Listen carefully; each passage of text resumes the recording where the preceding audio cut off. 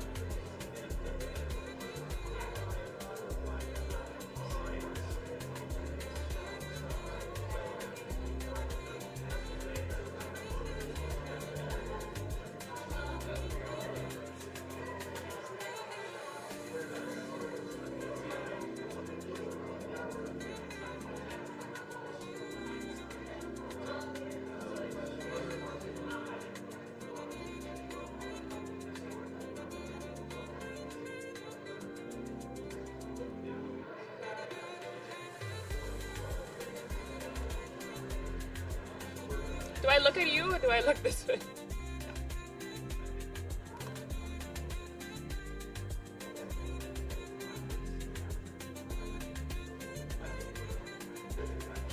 Yeah, thank you.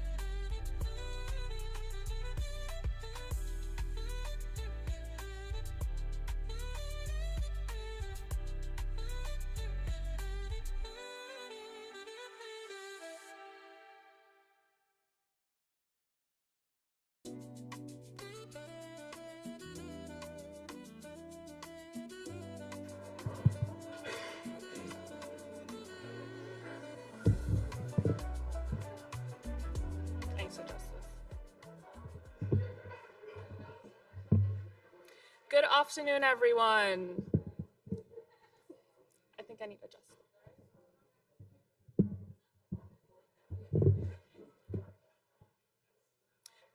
Hello, everyone. Good afternoon. Welcome back. Can we all take our seats, please?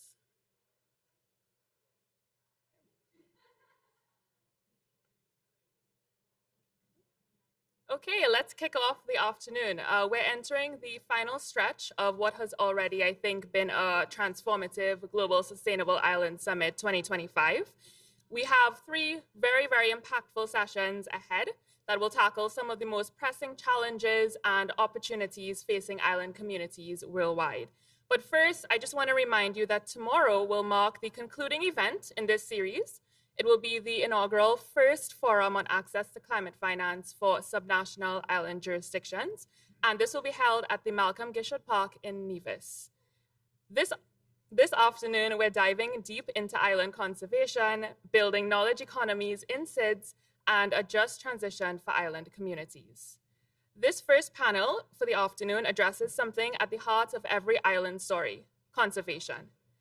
Islands are biodiversity hotspots, home to species found nowhere else on Earth, yet they are also amongst the most vulnerable ecosystems on our planet. Our panel of experts will discuss cutting-edge technologies, community-led initiatives, and policy frameworks that are helping to protect island ecosystems. It's my great pleasure to welcome our moderator, David O'Sullivan, Program Manager for Our Shared Ocean at the Marine Institute of Ireland.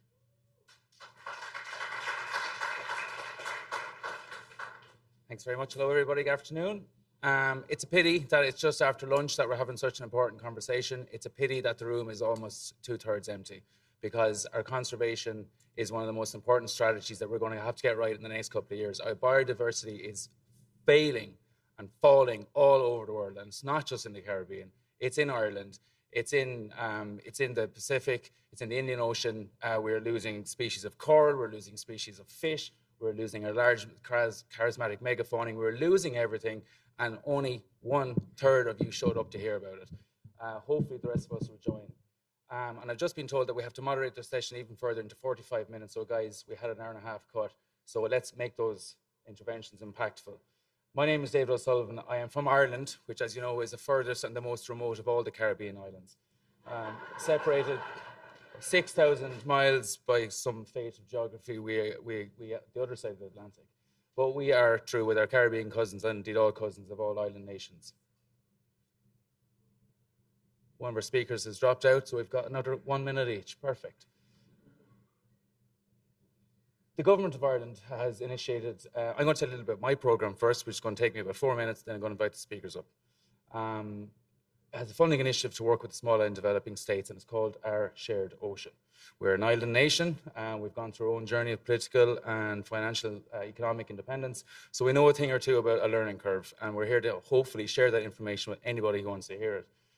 We've partnered with SIDS, countries all over the globe. We have 22 large projects, and we are making, it's a small program, but it's becoming incredibly impactful, and we've got numerous students in the audience who I'll introduce a little bit later to testify, hopefully, to that. With my short amount of time, I'll just say that Ireland does have a national strategy for partnering with SIDS. It's now our second one. There's only very few countries that actually have that. We will look to grow research partnerships, support capacity building, and build our own capability. And we understand 100% that knowledge is a two-way street, and we do not have the answers. The answers are in this room, the answers are in the Caribbean, the answers are in the Pacific. We just want to harness those things and make sure we're all going the same tide.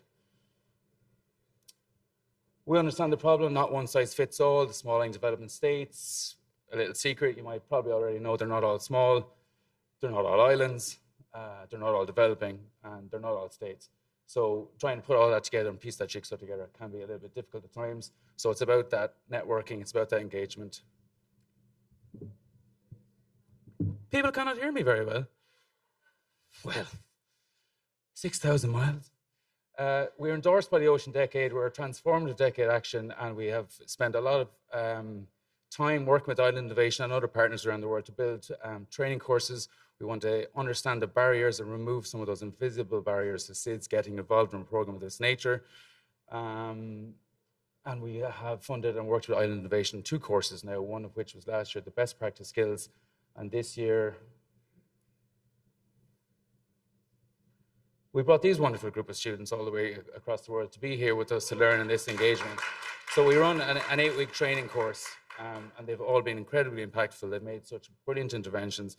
I naively thought that I was going to be learning something from this course, but these students are totally engaged.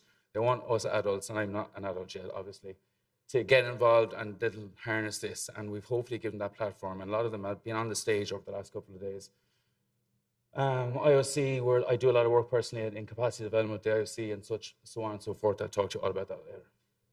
Just some of our projects. Listen, we're hitting all those big kind of topics that we've talked about: coast and climate resilience, ocean conservation programs, blue economy work, so on and so forth. We have partnered with 23 or 26 states now directly.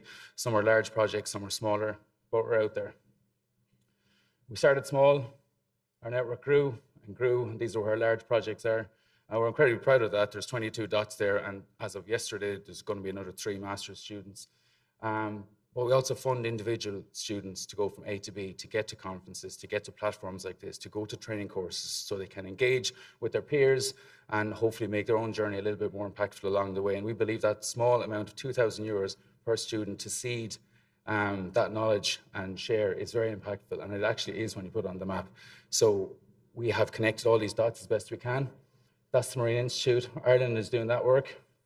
There's an Our Shared Ocean podcast hosted by myself, wherever you get your podcasts. And the next step, the legacy of the program, is to make sure that all the findings and the outcomes from every single one of those projects is elevated and working together as best we can. Same kits. I'm going to leave it there because I prefer to hear from the speakers from me, but thank you very much.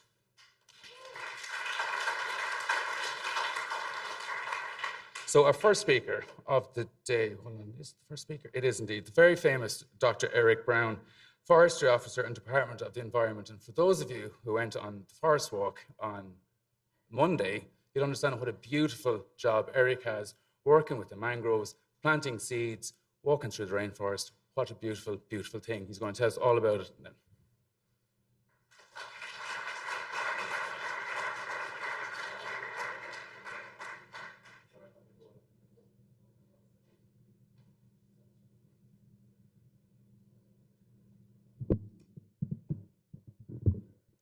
Pleasant good afternoon. Welcome to beautiful St. Kitts. Topic we're dealing with this afternoon is preserving Caribbean ecosystems, strategies for island conservation. In order for us to conserve what we have, because we have quite unique and special ecosystems here in the Caribbean. These ecosystems support livelihoods for our people. I'm just going to give you a few of these strategies that we employ. The first thing we employ is formulate and enact relevant legislations needed for the protecting the various ecosystems, along with the pertinent regulations that gives the operational framework that includes the coordination among various stakeholders. In other words, legislation, many times we would enact them, have them, but they're dogs without teeth. So they need a regulation that says who does what, how to do what, to ensure that there's always a smooth operation. For example, for us in St. Kitts, the National Conservation and Environment Management Act and SEMA, we are presently working on that to replace the old National Conservation Environmental Protection Act of 1987. That's how old it is. And so we need stiffer penalties and a wider environmental scope so as to deal with the challenges that has arrived over the past years. Also, to give protection to the environmental protectors. Legislation must be have been enacted to declare protected areas, thus enabling the conservation of our valuable natural resources such as soil, flora and fauna, water and or waterways, etc. Environmental matters must also be made to become mainstream so as to change the mindsets of individuals, especially decision makers and developers, as there is a constant struggle between conservation and development. Therefore, we use all avenues, social media, conferences like these, to spread the word that environment truly matters and that it should take center stage at all times. Also, we find that we are involved in active restoration. We always say action speaks louder than words. And so we have a number of projects. We had the IW Waco project that lends stabilization to some of our waterways that are crucial to protecting even our very capital of Bastille. We have the project entitled Improving Environmental Management Through Sustainable Land Management in St. Kitts and Nevis. This is being carried out by IUCN. And this is a multifaceted project that is positively impacting ecosystems in forests, wetlands, and agricultural lands. This also leads to the enhancement of the livelihoods of the key stakeholders. Also, we have the OECS Integrated Land Management Project, which is currently enhancing one of our important natural recreation spaces that will bring great value to the well-being of our citizens. We are also looking forward to the implementation of the SID Soil Care Phase 2 project, which is a multicultural soil management initiative for integrated landscape restoration and climate change. This would take away from, draw from lessons learned from countries that participated in the very first stage of the same project. We also have, this project will establish valuable baselines so that research could then be more effective, more valuable in decision-making moving forward. The St. Christopher and Nevis Conservation Foundation has implemented the Enhancement and Conservation of Local Ecosystem Carbon Sinks, ECLEX project, which is a multi-year project anticipated to be rolled out in 3 phases. The first phase is showing where we'll be dealing with the monitoring of trails in the Central Forest Reserve National Park and enhancing the services that is being rendered from that important space. We also leveraging funding because everything with conservation takes money. And so we learned yesterday about the consortium of conservation funds that will be working to leverage funding and establishing synergies so that we can have adequate funding for our endeavors. The environment is the most important asset that we have. We must take care of it. And the most important actor, or sometimes we'll say the most important culprit, is that species we call human. And we must educate them in the most possible way. Thank you.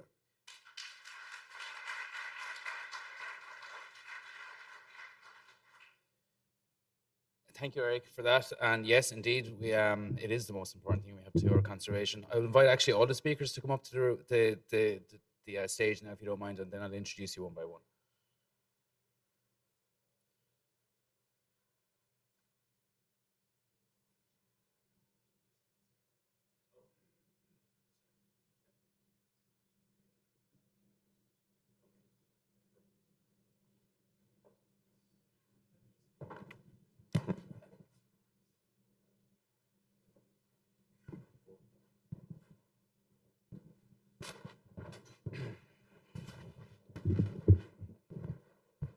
Okay, so I'm joined by some great speakers here from all across the Caribbean. I know we've got St. Kitts well represented already. We've got St. Lucia. We've got the wonderful island of Antigua and some others, and Haiti and others in between. I'm going to introduce them one by one as they come up to speak. But first, we're going to hear from Robert Brumbaugh, and I hope I pronounced that correctly, Executive Director for the Caribbean Division of the Nature Conservancy. And Robert, the question for you is, how do you choose places that deserve management? And when you do find them, how would you pay for it? Well, those are simple questions, really, aren't they? Just kidding about that. The previous speaker's remarks are just really resonate with me in a couple of really important ways. It does take policy, and it takes people, and it takes the connection between policies and people's actions. And the connection often is money. And so to the questions just posed here, the Nature Conservancy for now 74 years has been involved in conservation work around the globe, working in 81 countries and island jurisdictions as alike. And one of the things that we bring is science. We are deeply rooted in science and geospatial science in particular, and using the most sophisticated computer modeling and algorithms and satellite data and other geospatial data, helping nations and people identify what's important where you are in this place. But then also, very importantly, how do those places connect with other places regionally? The Caribbean has thousands upon thousands of endemic species. Each island has special species found there and nowhere else on Earth. But in the sea especially, the ecosystems are hyper connected. So conservation in the Caribbean, which is the part of the organization that I lead, must consider how to do conservation action at a region-wide level. So it has to come from the ground up and from the sea, from the ocean up, as it were, but it has to be done in a cohesive fashion. So it takes scale. So we actually, 20 years ago, developed a spatially explicit map of places that were important. And that map, those data underpin something called the Caribbean Challenge Initiative, which some nations volunteered for and said, like, we're in for that. And that helped nations identify the places in their jurisdiction that were important, but we had first identified them as regionally significant. So that regional data set provided opportunities for nations and territories here in the Caribbean to say, we will protect this place and this place and this place. And this is a really interesting statistic that really nobody, or not enough people know about. In 2010, the world said 10% of oceans and 17% of land should be protected by 2020. And by 2020, Caribbean nations had protected or declared as protected 10% of land or oceans and 18% of lands. I don't know of any other region on Earth where that level of conservation action had been taken between 2010 and 2020. We now have a new global goal. It's 30% is what the science says really needs to be well managed and protected in order for ecosystems to sustain themselves and to sustain us. So we are just on the cusp of recreating that regional roadmap, that regional spatial blueprint. Not to say this is what you must protect, but to say these are the places that are regionally significant. So that will go live in a few weeks. Stay tuned for more. The other trick, though, is paying for that. And so when we helped to support the launch of the Caribbean Challenge Initiative, we also supported the formation of the Caribbean Biodiversity Fund and the series of national trust funds that are connected to it, and raised money to deposit into that central endowment. It's a wonderful example of region-wide architecture that then gets to put money to work in the countries with those trust funds.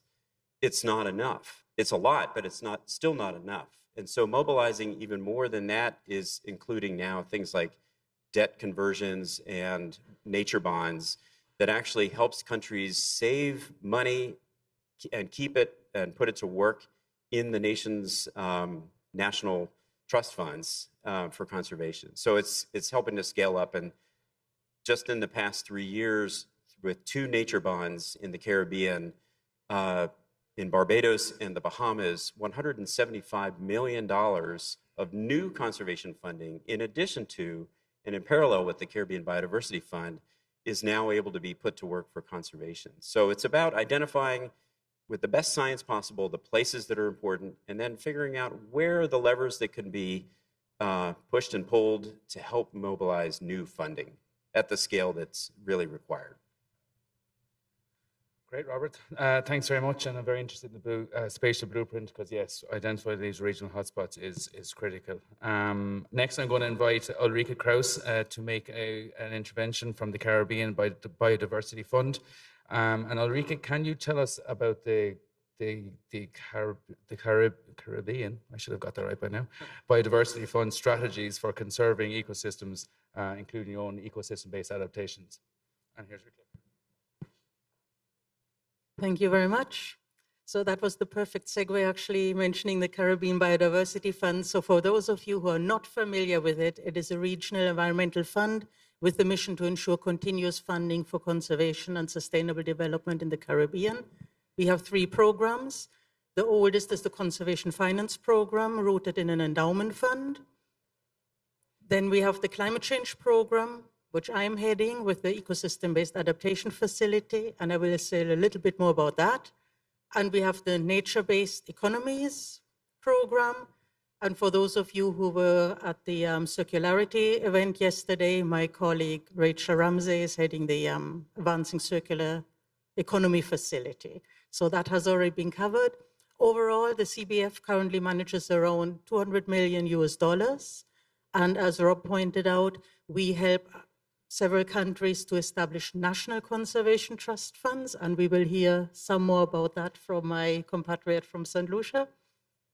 Together with the National Conservation Trust Funds, we form the Caribbean Sustainable Finance Architecture, and anybody interested in more of that, on the 31st of July, we have the Caribbean Sustainable Finance Congress online, so look up our newsletter on the website, subscribe to it, follow us and link in, and you will be kept informed.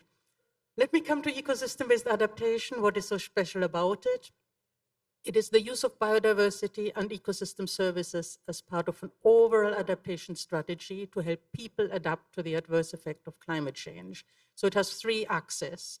It has conservation, it has climate change adaptation, and it has the socioeconomic component, because only if people can make a livelihood out of ecosystem and ecosystem services, they will care enough to conserve them.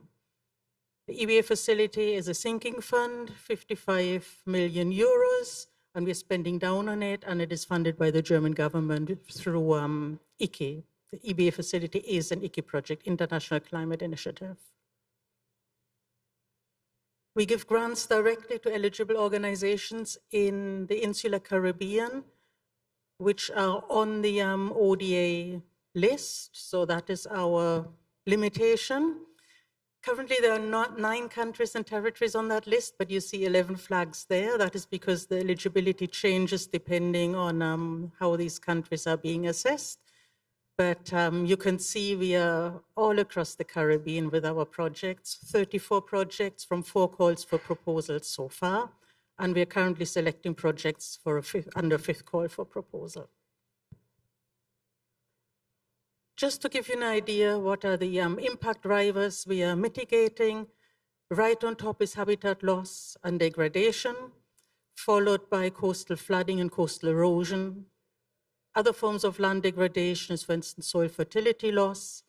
Also infrastructure loss and damages. A lot of our airports and other important infrastructures right in the coastal zones, and we focus on coastal marine. Sedimentation and turbidity affects the coral reefs, fisheries. Coral disease and bleaching, that bar, if we would do the survey now, it would be higher up because the bleaching in the last 2 years was really extreme. Eutrophication, saltwater intrusion, and salination, in particular in Haiti, is a problem, and a couple of other factors such as invasive species. What are the success factors? Across the board, we can say it is very important that the implementers, our beneficiaries, are the ones who define the priorities. So they come to us with proposals, and we might discuss with them and fine-tune, but they come to us and say, this ecosystem, this community, this approach is our priority. We focus on addressing root causes whenever possible, and not just the symptoms. So when we do mangrove restoration, we don't just plant mangroves, we look at the hydrology first. Or why is this mangrove being degraded? If we restore the hydrology, very often the mangrove regenerates naturally quite well. With corals, it's more difficult because we don't control the ocean temperatures, but then we look for adaptive capacity. Yeah, we also learned one size does not fit all. Everything depends on site and context and is very specific, and we have to be flexible and adapt to changing circumstances and to our beneficiary groups. Very important is also that we have a sustainability concept right from the inception. We don't think about it in the final 6 months of the project, but when we conceptualize it, and we have to remind our applicants and grantees to do so. And finally, interinstitutional, intersectoral alliances. So partnerships are very important. Thank you very much.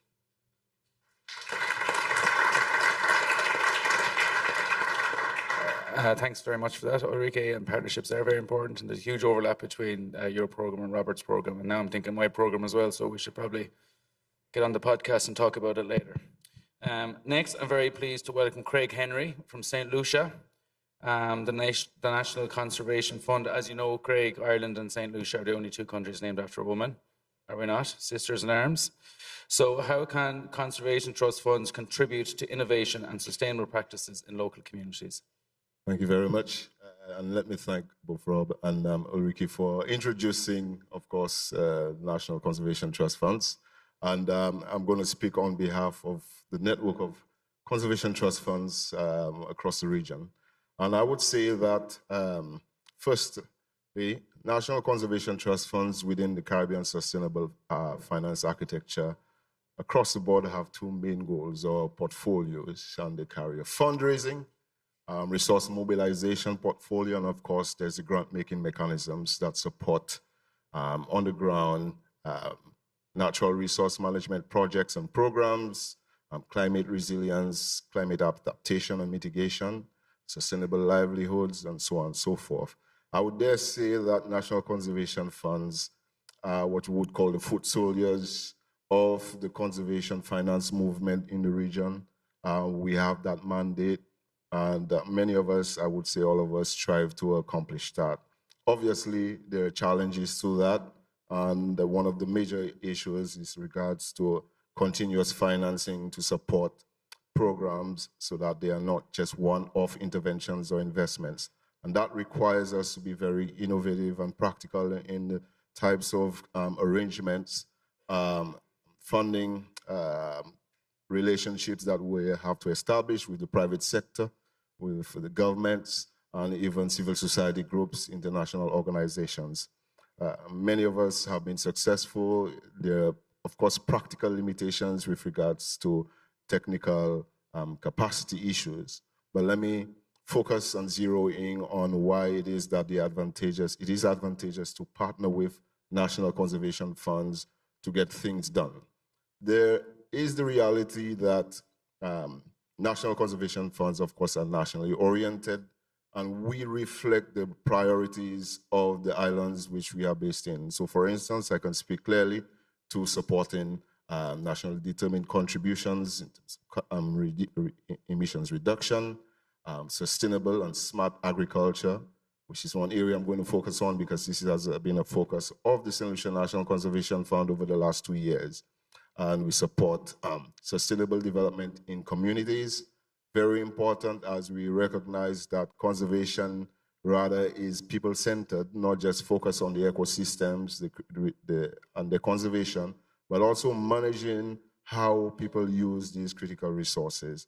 And so it is best for us to focus a lot on how it is that we can use technologies that improve sustainable use of these resources. And I'll highlight that with one example. Increasingly, we see that there is the use of hydroponic systems to allow for greater yield using less water systems and space in terms of areas that's required to increase yield of production.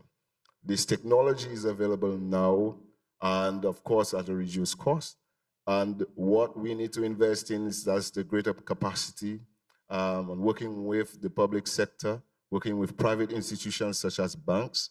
I must say again, plug in for the Republic Bank, Eastern Caribbean, for supporting programs and partnering with us so that we can make funds available. And we have one such grantee who is actually very successfully using hydroponics programs. This This, of course, can be replicated not only in St. Lucia, but across the region where we see this. Again, it's a very impactful production technology that can be adaptable for climate change. Since we have longer periods of drought, is easily adaptable in size, no matter where you are, whether you are on a sloping area, you are near the sea, and other areas that allow for that kind of technology to be used. I will also say that there is increasing a need for us, or requirement for us, to look at the data, nature, to back up those evidence-based programs that we are initiating across the region. And so we ourselves are paying attention to that. And so there's a partnership with schools. We did it with the South Louis Community College in terms of providing what we call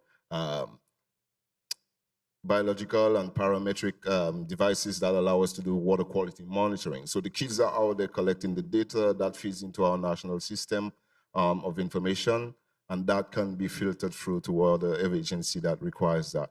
Let me speak to the point of sustainable livelihoods, and in a manner that speaks to how it is that it is focused on upcycling what we call conservation priorities.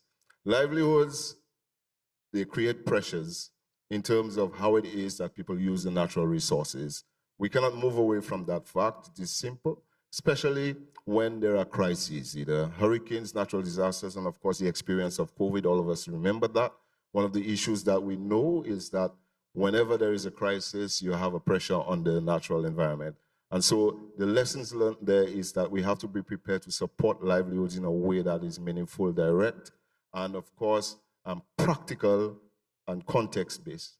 I know that we're running out of time. I would have liked to say more, but I encourage you. Let me give one more plug to the new Consortium of Caribbean Conservation Funds. This is another engine of growth based upon our natural mandate to get additional funding for specific areas. One of the areas that we want to focus on, of course, is commodities, natural commodities production in the Caribbean. Thank you very much for your time, and all the best, everyone.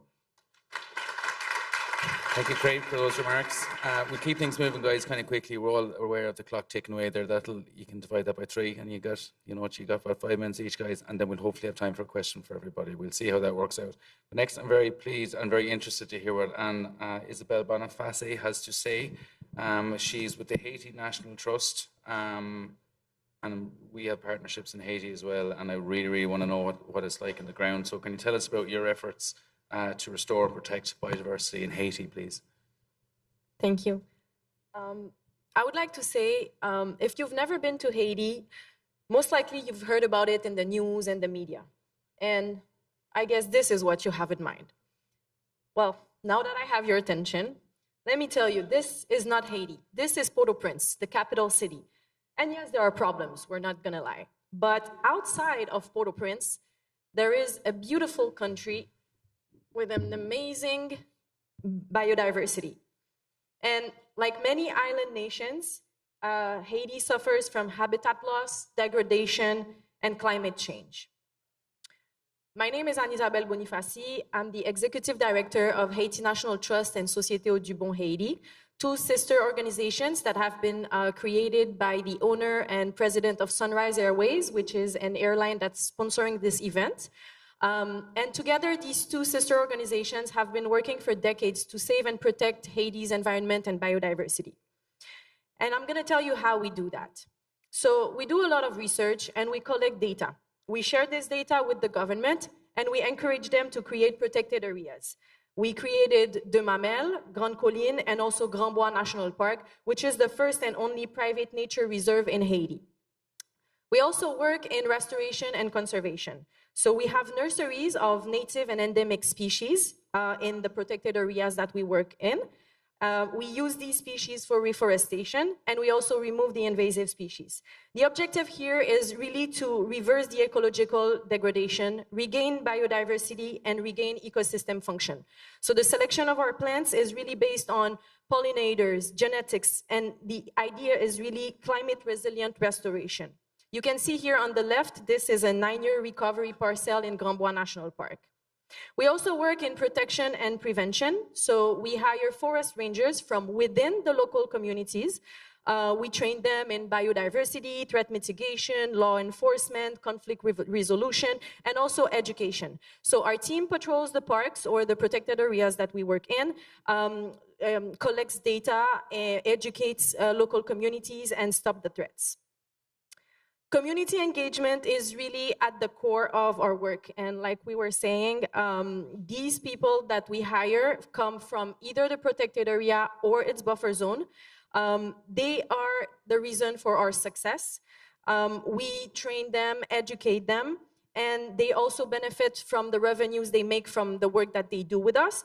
And we also work with them in livelihoods that don't destroy the forest resources. For example, in Grand Bois National Park, we're creating honey with native honeybees and that depend on native plant species. So this is for community. We also work a lot in research, like I mentioned before, and our research has helped us, for example, rediscover a species that we thought was extinct because we hadn't seen it for 100 years. This is the upper left picture, Magnolia emarginata, that we rediscovered. We also are working, upper right picture, with Haiti's most endangered palm, which is considered also the most endangered palm in the Americas. So we have the data, and this is informing our conservation strategies and also the policies in the country. We also contributed to the aerial census in the region for the flamingos in Haiti, and we're going to start next month with a survey of the pillar coral in the south of Haiti. And finally, education, which is also central to our work. We educate adults and kids. We published 2 books about birds of Haiti and birds of Hispaniola. And last year, we also printed 2 coloring books about Haiti's biodiversity, bilingual books, French and Creole, that we distributed to schools throughout the country. About 800 kids received these books, and they attended the workshops that we did with their parents, so this has been really welcome. We're really trying to create the next generation of conservationists in Haiti, and we want people to know the natural treasures that we have. So for the past 2.5 years in Grand Bois National Park alone, we planted over 250,000 native and endemic plants. We are currently effectively protecting critically endangered and endangered species of birds, reptiles, amphibians, and plants. And I think the biggest driver of our success is the community support, engagement, and buy-in that we've had on our project. So these people who used to cut the trees and destroy the forest, today are its biggest protectors. And this is a very big accomplishment for a country that has the kind of problems that we have. And also something worth mentioning, every month on average, we hire 40% women on our project sites. And because time is up, so I can summarize the work that we do by saying we do research, restoration, preservation, and education. So despite the many problems that we have in Haiti, both environmentally and politically, there is still a rich biodiversity that needs to be protected and restored. And this work must continue for a better and more resilient ecosystem for Haiti, but also for the region. Thank you. Thank you. I didn't want to rush that at all. I'm so sorry. I think the story and the voice that you're bringing to the situation in Haiti is fantastic, incredible, and I think the work you're doing there is absolutely fantastic, and thank you for bringing it to the room, and I'll continue to do so, please. So next up, we've got Ruth Spencer, a good friend of the Our Shared Ocean program, and she is from Antigua and the Marine Ecosystems Protected Area, and Ruth is going to talk to us today, I think, about seedlings and pollinators. Pollinators, and I'm glad my colleague from Haiti already mentioned the pollinators. But we in the Caribbean, while globally the pollinators are declining, in the region we have pollinators, but I don't think we respect them. I don't think we value them. In the average household, you see a bee, the first thing you want to go and do is to buy some pop or something to spray and kill it. That's wrong. Pollinators underpin biodiversity, our food supply. Do people realize the value of these bees running around? And it's not just the bees. What about the bats? When you hear bats, some kind of evil connotation comes to people. And instead of valuing them, we want to get rid of them. Around our homes, we want our nice lawns. But you know how many species are in those grasses? But we want a nice lawn. And so instead of us, amplifying the conditions for pollinators to take their rightful place in our society, a lot of them are being killed off. And our professor from Trinidad, UWI, your name slipped me, he had on one of his slides yesterday, it sounds like an impossibility of us ever being reliant on local food resources. There's so much importation, and we are importing foods that we don't know what's in them. I'm telling you, a lot of chemicals are in the food. So the local groups that I work with in Antigua, like as you said, they're the stewards of nature, of biodiversity. They're the eyes on the ground. And they make a call. They're like first responders because we have to do a lot of mosquito fogging in the island. And there's chemicals in the fogging mix, malatine. And we went through a period of, the bees just dying. And you know how that hurts the people. Because without the bees, we ain't gonna have fruits, we ain't gonna have food. And so we had to make a quick appeal to the focal point, but he responded really quick, and he called the Central Board of Health person, and they did confess it was the last stock they had, and they weren't going to use that anymore.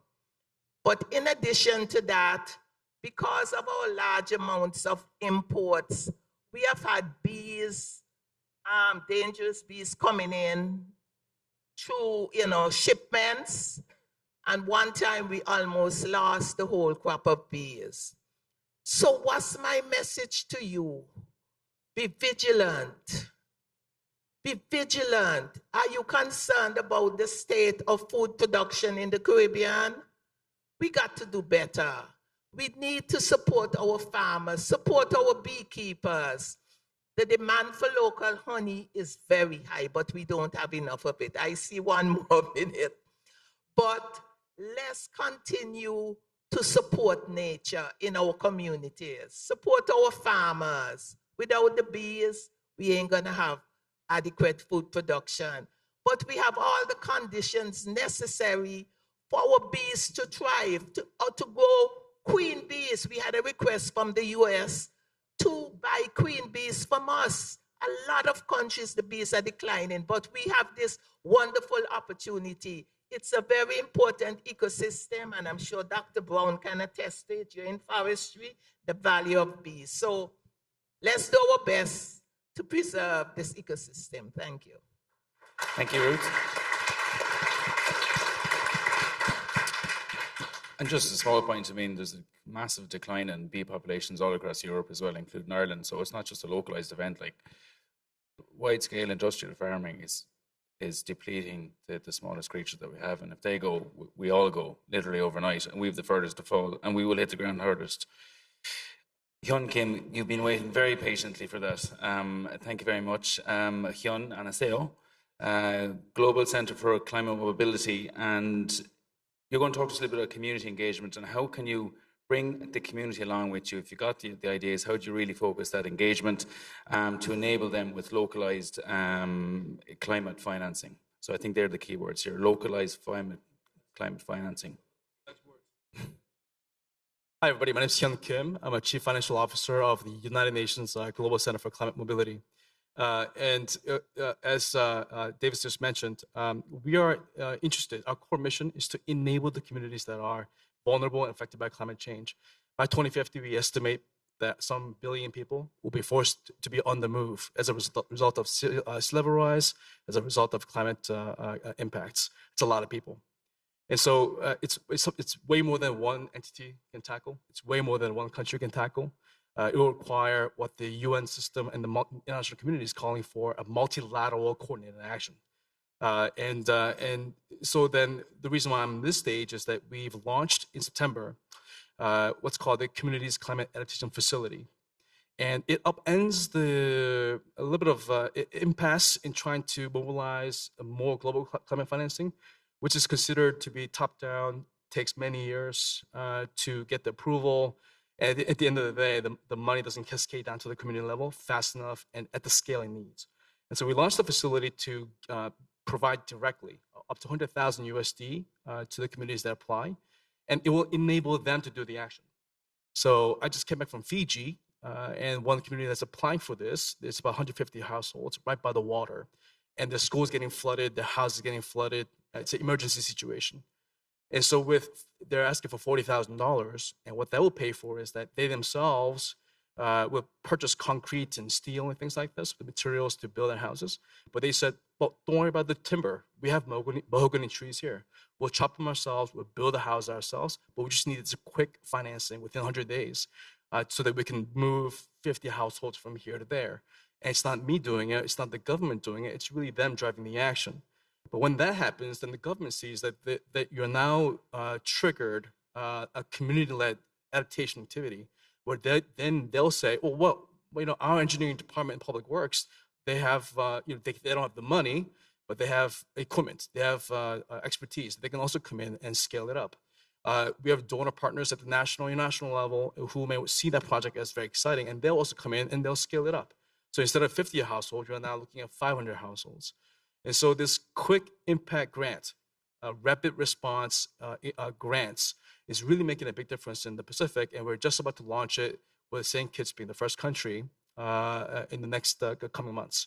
When I listen to the colleagues up here, it's very exciting to me. And it's also music to my ears, because if we receive a grant request from a community X in St. Kitts and they say, our community is facing coastal erosion, we need to address that for tourism purposes, for fisheries, or I'm operating catamaran, and we depend on the dock, and we need the quick impact financing.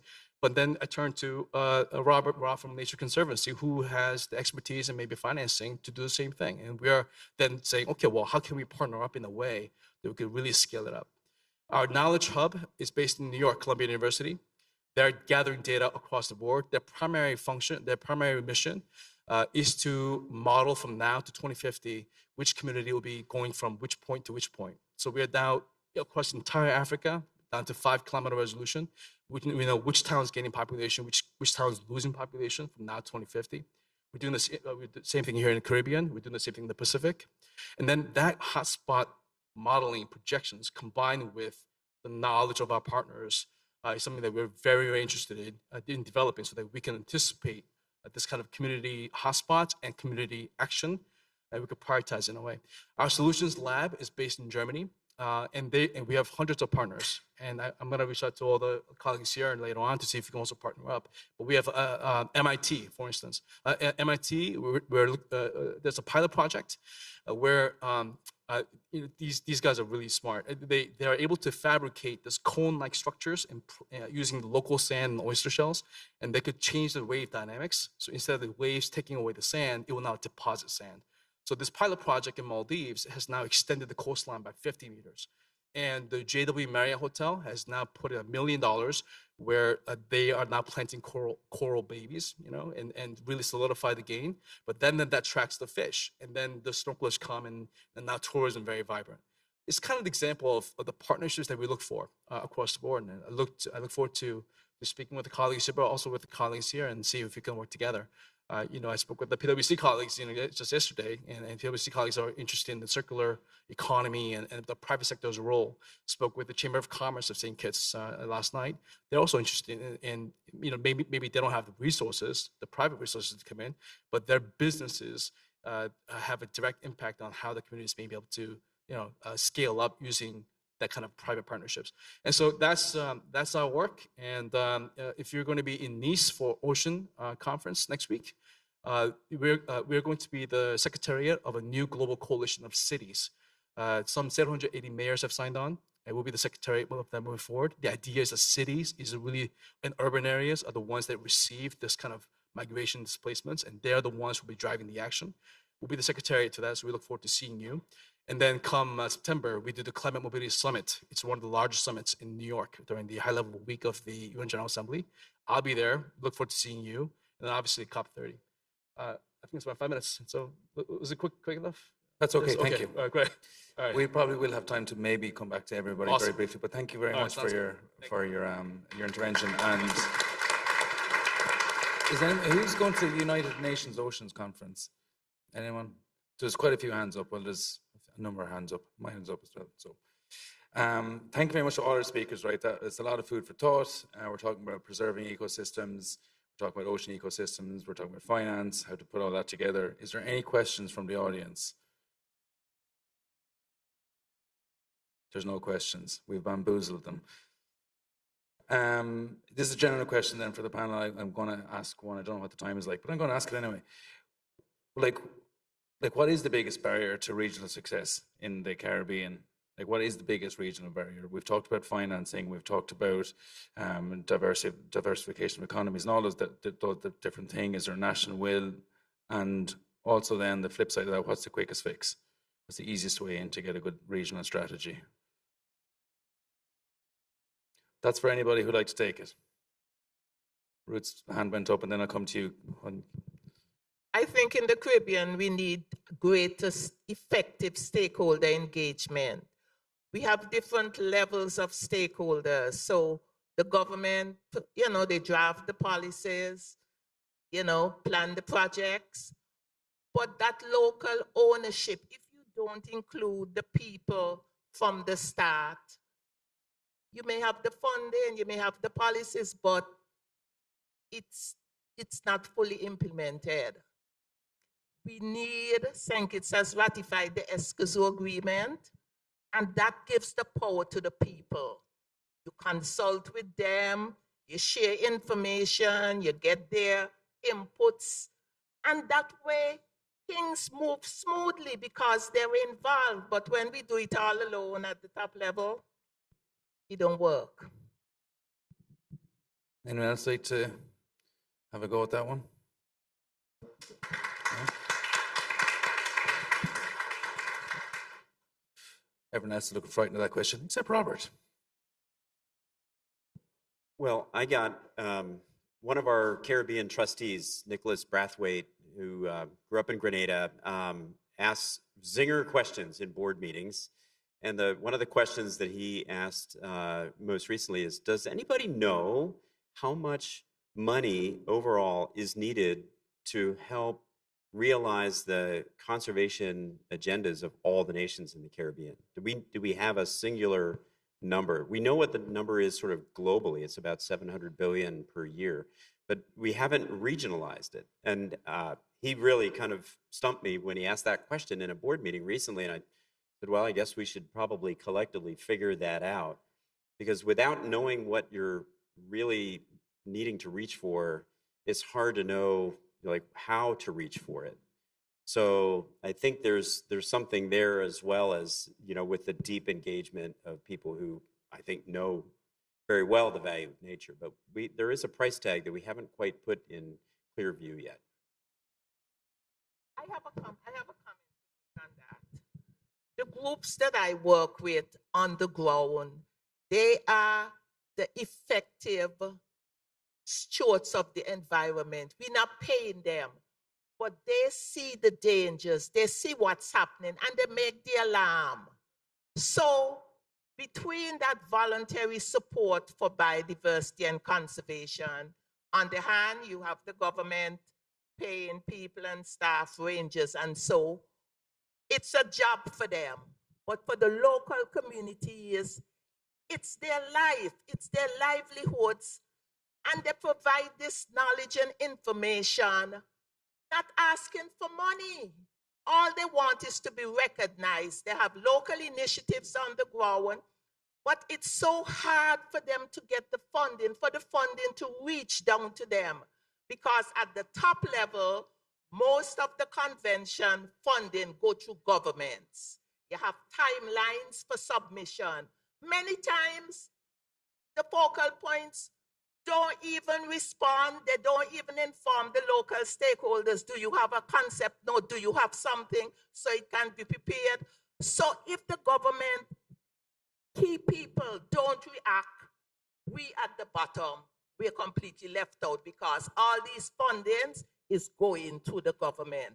So we need to be more, you have to understand how development and conservation goes. It's the people on the ground that's really protecting biodiversity.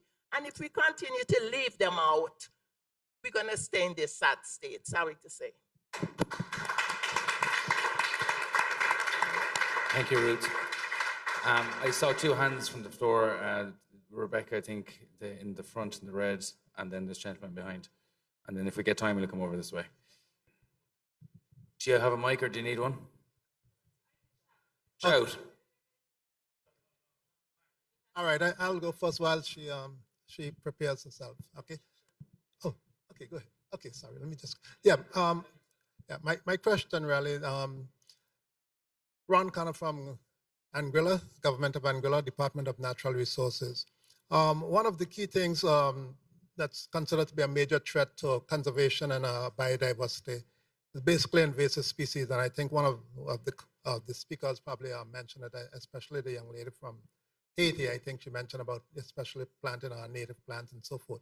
My question is, what are some of the things that we can do? I mean, I know especially in St. Kitts, they have a major issue with the vervet monkeys, and we in Anguilla just recently having a major issue with them as well because the population continues to grow. My question is, what can we do collectively as territories throughout the region to combat invasive species? Thank you. Thank you for that question. I think I take that because in a previous life, I developed a regional invasive species project that was GEF funded and then coordinated the St. Lucian component. And the honest truth is, prevention is the most cost-effective way. So the best you can do is to keep the thousands of species out of your island that you don't have as yet being invasive. Once you have an invasive and you notice it, it's already way into the exponential phase of multiplication, and it is very, very difficult to completely eradicate. It's easy to eradicate 90%. It's feasible to eradicate 97%, but you still have couples left that reproduce, and that is where the wasting of money comes in and where it gets really, really difficult. The monkey is a big enough species if you have hunters with good shooting skills, you can take them out. That's the most humane way of doing things. But Anguilla isn't so heavily forested like St. Lucia, so it might be feasible, but it is costly once it reaches that point.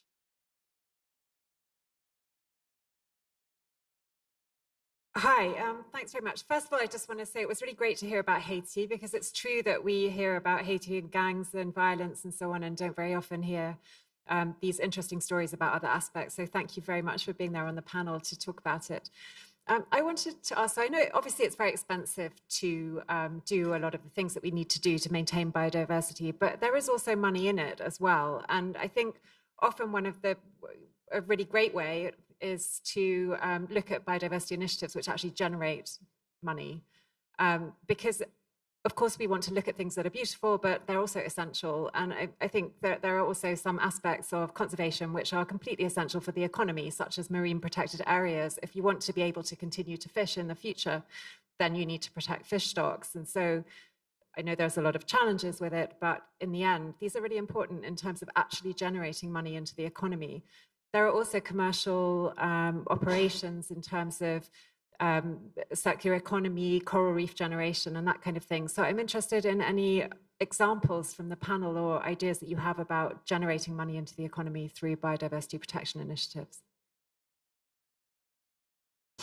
I'm glad you mentioned that, because when it comes to our biodiversity, is one of the areas that we have not explored as much in terms of revenue generation. And for us here, we have gone into the path of banning plastics. But yet still, even though we have banned single-use plastics, the alternatives come from outside. And most of them from outside the region. But yet still, we imported, like we import a wooden spoon, a wooden fork, but it's made from bamboo. But we have bamboo here. We have calabash. We have coconut. We have all these natural resources. So then this is avenues that we need to explore to develop products from our natural resources that we have. And the project that I mentioned in terms of one of the conservation funds, we will be exploring that for us to see how we can develop products here in St. Kitts. And I think around the region, we need to look at what we have and see how we can develop what we have. Can I, one? So 1 minute and then 1 minute. Yeah. So yeah, the project we're doing in Maldives, our partner MIT. So the idea of extending the coastline using science, right? They're planting coral reefs to solidify the coastal extension, but then that attracts the fish. So the JW Marriott is paying $1 million to extend it even further because the corals attract fish, which attracts the tourists. And now they've recouped all the money they've invested in. So here's an example where kelp farms, mangroves, corals, corals, these things that really boost tourism and fisheries, particularly for developing island states. And so I think it's a very direct evidence. It's within months. It's not like a 10-year thing. It's within months that you see immediate result. Sure, and that's a great question. I have 2 examples for you that works quite well in St. Lucia. We do apiculture, honey production in mangroves. That presents mangrove honey is proven to be one of the most pure, high quality. Secondly, there is a very expansive network of sea moss production in St. Lucia. Sea moss production in coastal marine areas are shown to have very high marine biodiversity benefits, given that the sea moss farms themselves act as nurseries, attract fish. And so I think we believe that addressing and investing more in those biodiversity that uplift production, support livelihoods in a meaningful way, while at the same time address biodiversity concerns, areas of investment that we are looking forward to creating greater possibilities for our folks in the region. Yeah. Thank you. Now, we're totally out of time, so I'm going to take another 2 minutes, and I'm going to give the last question to Anna Isabel, because I think the work you're doing is the most critical. It's all critical work you're doing. So basically, what can the international community do, and what can the Caribbean region do to help Haiti and your efforts? Thank you. Great question. I agree perfectly with what you were saying earlier. Sometimes you hear Haiti is blacklisted. Sometimes you hear Haiti needs money. And when we get the money, it goes to the government. So I'm not into politics, but I'd rather the money go somewhere else than the government and reach the local organizations that actually do work in the ground and that we don't hear about, the local communities that depend on these resources that we try to restore. So there is that would be the first thing. And maybe I'm a bit biased, but too often we hear strategies that worked in Africa. I don't know why, and it should work in Haiti. I don't know why we make that relationship. So we have too many things that are imposed to us because we are the country that we are and we are in the situation that we are. And I think maybe we know what's good for our environment and our biodiversity. So maybe give more room for local organizations to decide what should be done in the projects for our local communities. Great, thank you. So we're going to leave it there. I'm going to say a big, massive round of applause, a boule bus, as we say back home, to all our panelists for a fantastic discussion today.